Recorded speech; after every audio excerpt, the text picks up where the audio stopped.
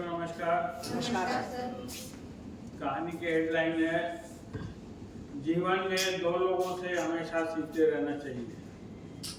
पहला, जो सफल हुए व्यक्ति, उनसे सीखना है क्या हमें करना है, और दूसरा जो असफल हुए हैं उनसे सीखना है क्या हमें नहीं करना है। काफी अच्छा मोटिवेशन है, ध्यान से सुनिएगा। कहानी है गुरु की। जो आश्रम में रहता था, उसके शिष्य ने पूछा, गुरुजी हमने आपके गुरु को तो नहीं देखा है, मगर उसके बारे में कुछ बताइए।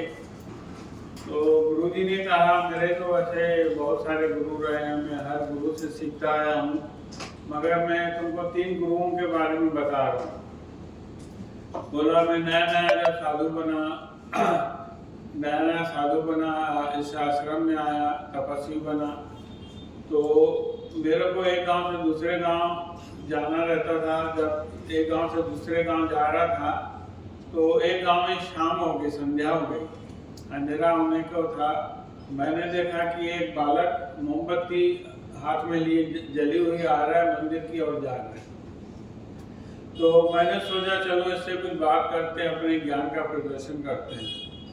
मैंने लड़के को बुलाया, इधर आओ बेटा, बुलाया। उससे मैंने पूछा कि जब मोमबत्ती आपने ली होगी तब तो ये बुझी होगी, फिर आपने जलाया होगा। अपना हाँ। तो बोला, बताओ जब जलाई तो ये रोशनी, ये प्रकाश, ये कहाँ से आया, ये उजाला कहाँ से आया? तो लड़के ने तुरंत मोमबत्ती बुझा दी।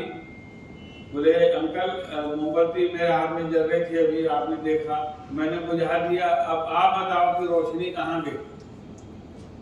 तब मेरा पूरा अहंकार चकनाचूर हो गया। जिस ज्ञान पर मैं घमंड कर रहा था वो पूरा नष्ट हो गया। उस दिन मैंने सीखा कि कभी भी अपने ज्ञान पर घमंड नहीं करना चाहिए।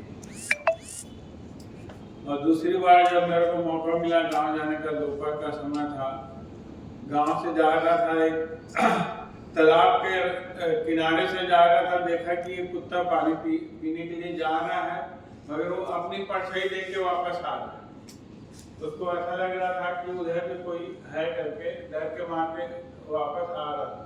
तो मैं वहीं रुक गया देखने के लिए कि ये क्या कर रहा है।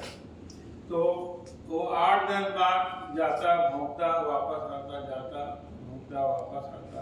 फाइनली आखिरी उन्होंने पीछे लंबी दूरी ली और सीधा छलांग मारा तालाब में। प्यासा तो था, पानी पी लिया।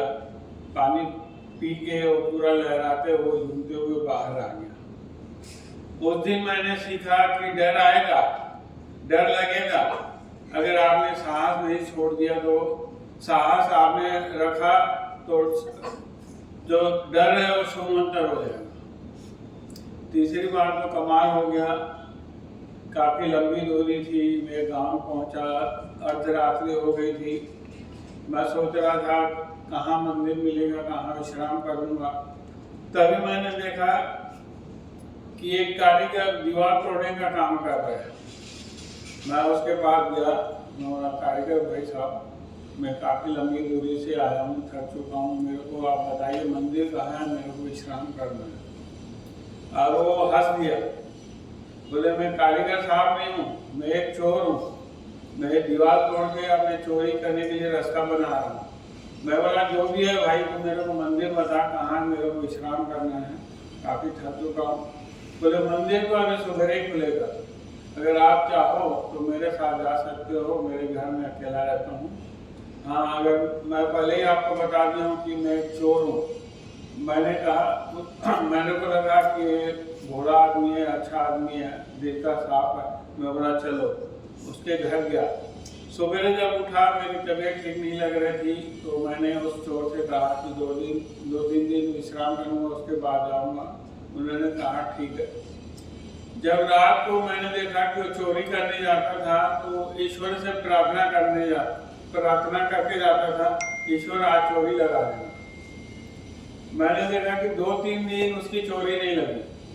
और वो उदास मन से नहीं आता था, बल्कि पॉजिटिव मन से आता था, कल अच्छे से मैं चोरी करूँगा।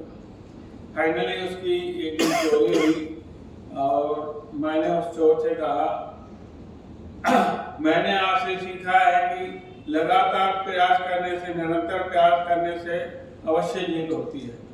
मगर जो ये तुम काम कर रहे हो चोरी का, ये सही नहीं है, हकीकत हो, तुम नौजवान हो, तुमको अच्छा काम करना चाहिए, मैं राजा से जाके शिकायत करूँगा।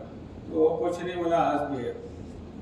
अब मैंने राजा से जाके शिकायत कर दी और राजा ने उसको बुलाया। उसने चोरी करने का उन्हें बताया कि हाँ मैं चोरी करता हूँ।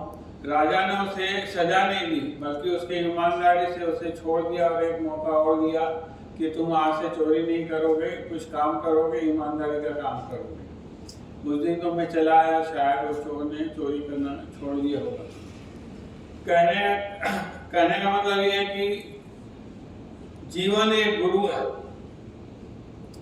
लाइफ एक टीचर है जो हमें निरंतर सिखाते रहती है, लेसन देती रहती है। अगर हम सीखते रहेंगे, प्रयास करते रहेंगे तो निश्चय हमारी जीत पक्की है और आगे बढ़ते रहेंगे। धन्यवाद।